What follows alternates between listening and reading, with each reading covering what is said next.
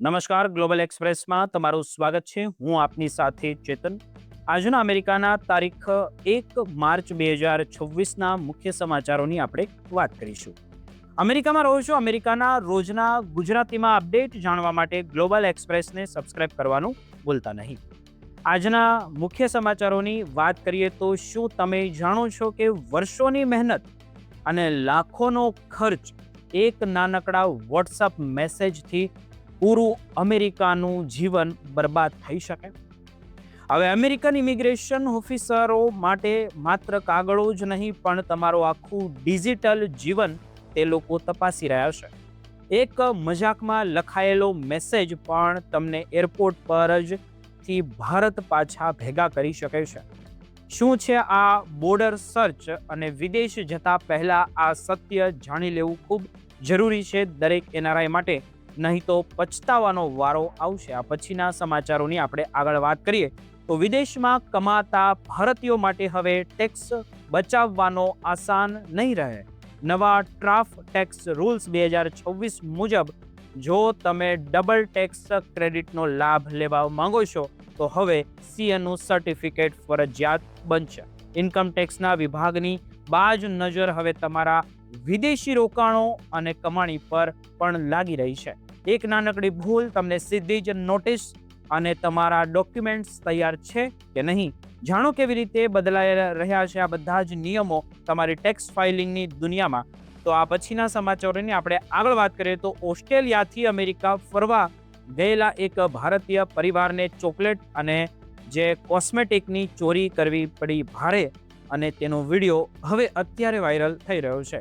વોલમાર્ટના high tech camera અને પોલીસના body કેમેરામાં કેદ થયેલી આ ઘટનાએ વિદેશમાં વસતા ભારતીયોની આબરૂના ધજાગરા ઉડાવ્યા છે.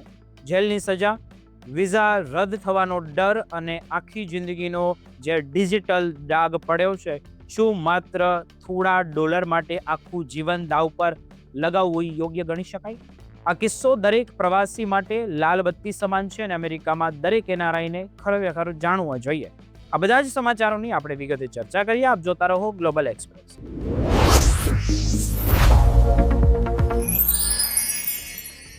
શું તમે જાણો છો કે તમારી વર્ષોની મહેનત, લાખો રૂપિયાનો ખર્ચ અને એક અમેરિકા જવાનું સપનું માત્ર એક વોટ્સઅપ મેસેજને કારણે તૂટી શકે? હા, તમે સાચું સાંભળ્યું છે. હવે એરપોર્ટ પર માત્ર તમારા ડોક્યુમેન્ટ્સ જ નહીં પણ તમારો મોબાઈલ ફોન તમારી એન્ટ્રી નક્કી કરશે.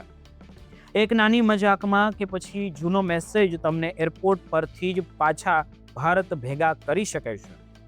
આ વિડીયોમાં અંત સુધી બન્યા રહેજો, કારણ કે તમારી એટલે કે એનઆરઆઈની એક ભૂલ તમને અમેરિકામાં પ્રવેશવા પણ રોકી શકે છે. મિત્રો, આજે આપણે એક એવા વિષય પર વાત કરવા જઈ રહ્યા છીએ જે જાણીને કદાચ તમારા હોશ ઉડી જશે, કે કદાચ તમને એવું લાગશે કે આવું તો ના પણ હોય. તમે મહિનાઓ સુધી વિઝાની તૈયારી કરી રહ્યા હોય, ફાઇનલ મજબૂત બનાવી રહ્યા હોય, ફાઇલો બધી, ઇન્ટરવ્યૂમાં જે સાચા જવાબો આપ્યા હોય, અને જ્યારે તમે 14 કલાકની લાંબી ફ્લાઇટ પછી અમેરિકાની ધરતી પર જ્યારે સીધા જ પગ મૂકો ત્યારે તમને લાગે કે હવે બધું જ બરાબર છે અને પહોંચી ગયા, પણ અચાનક જ ઇમિગ્રેશન ઓફિસર તમને લાઇનમાંથી અલગ કરી દે અને એક નાના રૂમમાં લઈ જાય.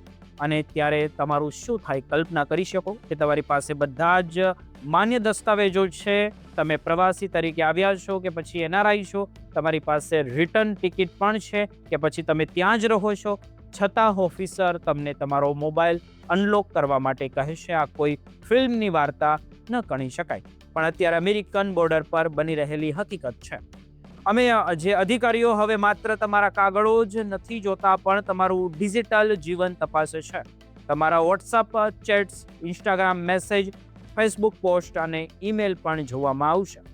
જો તમે ભૂલથી પણ કોઈ જે મિત્રને લખ્યું હોય કે હું ત્યાં આવીને કામ શોધીશ અથવા તો હું ત્યાં સેટ થઈ જઈશ, તો આ એક વાક્ય તમારા વિઝા કેન્સલ કરવા માટે પૂરતું છે. ભલે પછી તમે તે વાત મજાકમાં કરી રહ્યા હોય, પણ ઓફિસર માટે કાયદાનું ઉલ્લંઘન છે. અમેરિકામાં બોર્ડર સર્ચ મુજબ અધિકારીઓને વોરંટ વગર તમારા ઇલેક્ટ્રોનિક્સ ઉપકરણો તપાસવાની સત્તા છે. અને જો તમે ફોન અનલોક કરવાની ના પાડો તો તેઓ તમને એન્ટ્રી આપવાનો ઇનકાર કરી શકે છે. ઘણા મુસાફરો આ જાળમાં ફસાઈ જાય છે કારણ કે તેઓ પોતાના સોશિયલ મીડિયા પર એવી પોસ્ટ મૂકે છે કે જે તેમના વિઝાના હેતુથી વિરુદ્ધ હોય છે. જેમ કે ટુરિસ્ટ વિઝા પર જઈને નોકરીના ગ્રુપમાં જોઈન થવું, કે અમેરિકામાં કાયમી રહેવાની વાતો કરવી. અધિકારીઓ મહિનાઓ અને વર્ષો જૂનું જે કન્ટેન્ટ તમે અપલોડ કર્યું હોય કે પછી તમે વિડીયો, ફોટો જે કંઈ પણ અપલોડ કર્યું હોય તે ચેક કરે છે. અને જો તેમને જરા પણ એવી શંકા જાય કે તમે વિઝાના નિયમો તોડવાના છો તો તે જ ક્ષણે તમારો પાસપોર્ટ સ્ટેમ્પ કરીને તમને પાછા મોકલી દેવામાં આવે છે. આખી પ્રક્રિયામાં તમારા હજારો ડોલર અને સપનાઓ રોળાઈ જાય છે. તેથી જો તમે અમેરિકા જવાનું વિચારી રહ્યા હોય તો મુસાફરી કરતા પહેલા તમારો જે ડિજિટલ ફૂટપ્રિન્ટ તપાસો. તમારા મોબાઈલમાંથી એવા તમામ મેસેજ ધીમે ધીમે ડિલીટ કરો. ફોટા ધીમે ડિલીટ કરો, જેનો ખોટો અર્થ નીકળી શકે છે. એકસાથે ડિલીટ કરશો તો પણ પ્રોબ્લેમ આવી શકે. અને તમારા સોશિયલ મીડિયા એકાઉન્ટ્સને પ્રાઇવેટ રાખો અને એ વાતનું ખાસ ધ્યાન રાખો કે ઓફિસર સામે દલીલ કરવાને બદલે શાંતિથી જવાબ આપવા એ પણ એક યોગ્ય રીત છે. અને એરપોર્ટ પર તમારી પર્સનાલિટી નહીં પણ તમારા ફોનમાં રહેલા ડેટાને જોવામાં આવે છે. તમારી તૈયારી જ તમને આ મુશ્કેલીમાંથી બચાવી શકે છે. માટે સાવચેત રહો અને સ્માર્ટ રીતે ટ્રાવેલ કરો.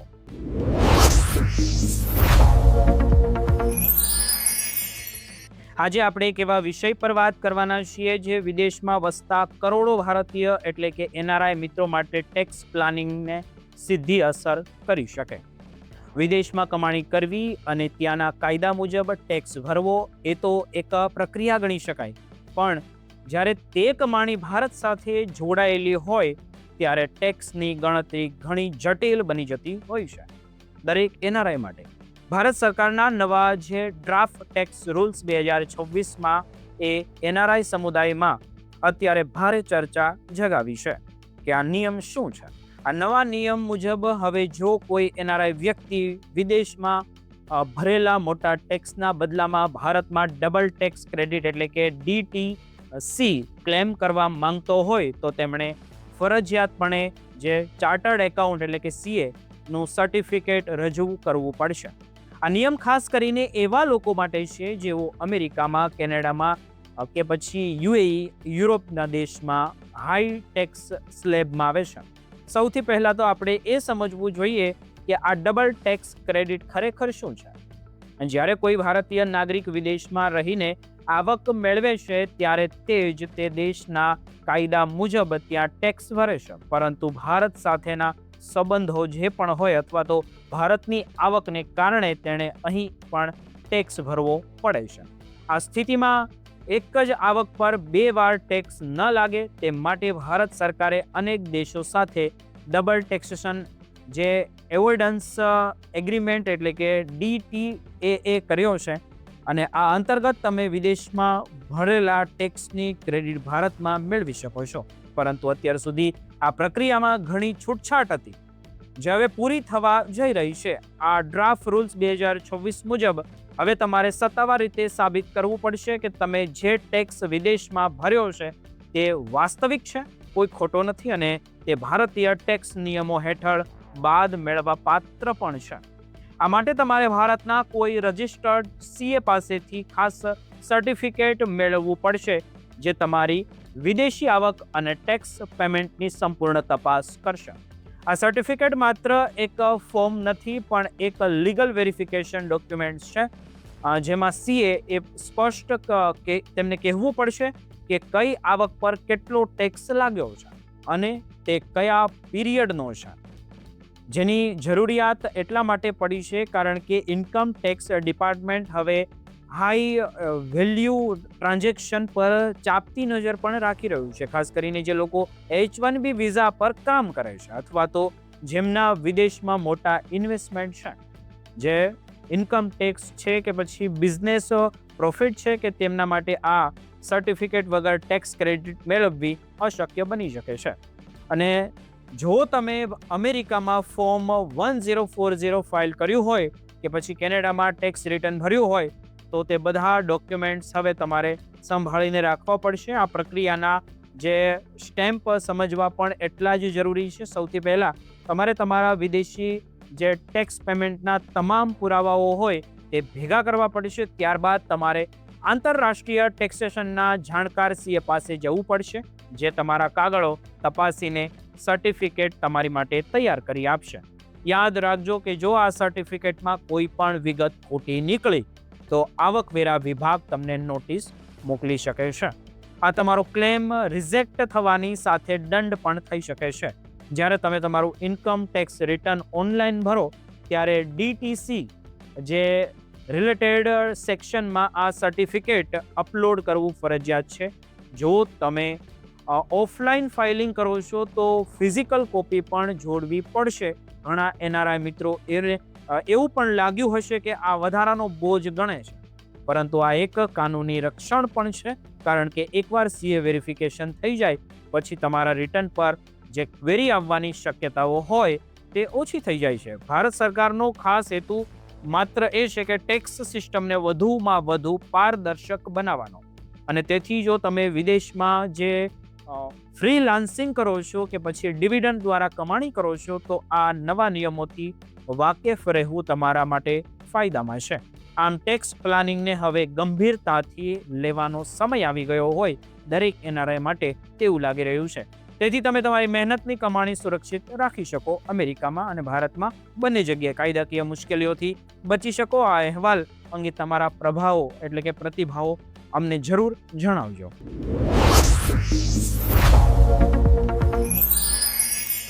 આજે અમે તમને એક એવી ઘટના વિશે જણાવવા જઈ રહ્યા છીએ જે દરેક ભારતીય માટે એક મોટો પાઠ સમાન છે, એટલે કે અમેરિકામાં રહેતા હોય તેની માટે.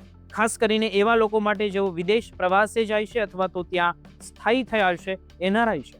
અમેરિકાના ફ્લોરિડા રાજ્યના જે ઓકાઈ વિસ્તારમાં આવેલી વોલમાર્ટ સ્ટોરમાં ગત 17 ઓક્ટોબર 2024ના રોજ એક ચોરી થઈ હતી. તે ગુજરાતીએ કરી હતી. એક એવી ઘટના બની હતી જેમણે સોશિયલ મીડિયા પર ખળભળાટ મચાવી દીધો છે. અત્યારે આ ઘટના 3 ભારતીય નાગરિકો, જેમાં એક પતિ, તેમની પત્ની અને 2 બહેન શામિલ હતા.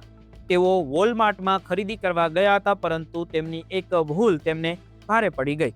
આ ત્રણેય પર આશરે $397 કિંમતની વસ્તુઓની ચોરી કરવાનો આરોપ લાગ્યો હતો, જેમાં મુખ્યત્વે ચોકલેટ, ગિફ્ટ્સ અને પેક્સ અને મોંઘી કોસ્મેટિક આઇટમનો સમાવેશ થતો હતો. આખી ઘટના ત્યારે પ્રકાશમાં આવી જ્યારે બોડી કેમ વોચ નામની યુટ્યુબ ચેનલે પોલીસના બોડી કેમેરાનું ફૂટેજ જાહેર કર્યું, અને તે અત્યારે જાહેર થયું છે.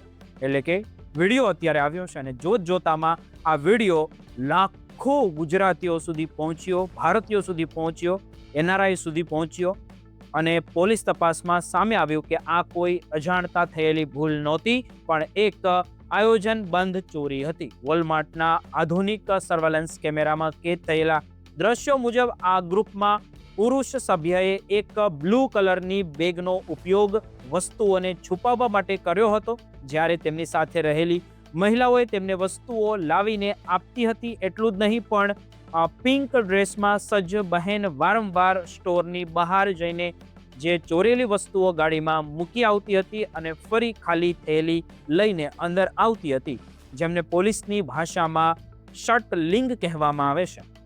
આ લોકોએ પકડાઈ જવાના એટલે કે બચવા માટે એક સ્માર્ટ પ્લાન પણ એટલે કે ચાલ પણ ચાલી હતી, પણ સફળ ન થઈ. તેમણે માત્ર દૂધની થેલી અને નાસ્તાના પેકેટના પૈસા ચૂકવ્યા હતા, જેથી કોઈને શંકા ન જાય. પરંતુ વોલમાર્ટની સિક્યુરિટી ટીમ તેમની દરેક હરકત પર નજર રાખી રહી હતી. જ્યારે ઓકાઈ પોલીસ ત્યાં પહોંચી અને તેમને પૂછપરછ તેમની કરી, ત્યારે જાણવા મળ્યું કે પત્ની, પતિ ઓસ્ટ્રેલિયાથી અમેરિકા ફરવા આવ્યા હતા, જ્યારે બહેન છેલ્લા 2.5 વર્ષથી અમેરિકામાં જ રહેતી હતી. પોલીસ અધિકારીઓએ જ્યારે તેમને પકડ્યા ત્યારે તેમણે એવી દલીલ કરી કે તેઓ આ બધું જ ગિફ્ટ આપવા માટે લઈ જઈ રહ્યા હતા અને તેમનાથી ભૂલ થઈ ગઈ છે, પરંતુ કાયદો તો કાયદો છે. અમેરિકામાં ચોરીના ઈરાદા સાથે વસ્તુઓ છુપાવવી એ ગંભીર ગુનો ગણાય છે. ફ્લોરિડાના કાયદા મુજબ $100 થી $750 વચ્ચેની ચોરી ફર્સ્ટ ડિગ્રી મિસડિમિનર હેઠળ આવે છે અને જેમાં 1 વર્ષ સુધીની જેલની સજા થઈ શકે છે. આ કિસ્સામાં સૌથી મોટો ખતરો જેલની સજા કરતાં પણ વધારે ઇમિગ્રેશન પર હતો, કારણ કે અમેરિકન કાયદા મુજબ આવી ચોરીને નૈતિક પતનનો ગુનો માનવામાં આવે છે, જેમના કારણે વિદેશી નાગરિકોનો વિઝા રદ થઈ શકે છે અથવા તો તેમને હંમેશા માટે અમેરિકા આવવા પર પ્રતિબંધ મુકાઈ શકે છે. જોકે આ કેસમાં આ ત્રણેય નસીબદાર રહ્યા કે તેમની પ્રી ટ્રાયલ જે ડાયવર્ઝન પ્રોગ્રામ હેઠળ છોડી દેવામાં આવ્યા હતા, જેમાં તેમણે દંડ ભરવો પડ્યો, સોશિયલ સર્વિસ કરવી પડી અને ચોરી ન કરવાના ક્લાસ ભરવા પડ્યા. ત્યારબાદ તેમના પરથી આરોપો હટાવી લેવામાં આવ્યા, પરંતુ ડિજિટલ યુગમાં તેમની બદનામી કાયમ માટે થઈ ગઈ. ઇન્ટરનેટ પર તેમનો આ વિડીયો હંમેશા માટે રહેશે, જે તેમની પ્રતિષ્ઠાને નુકસાન પહોંચાડતું રહેશે.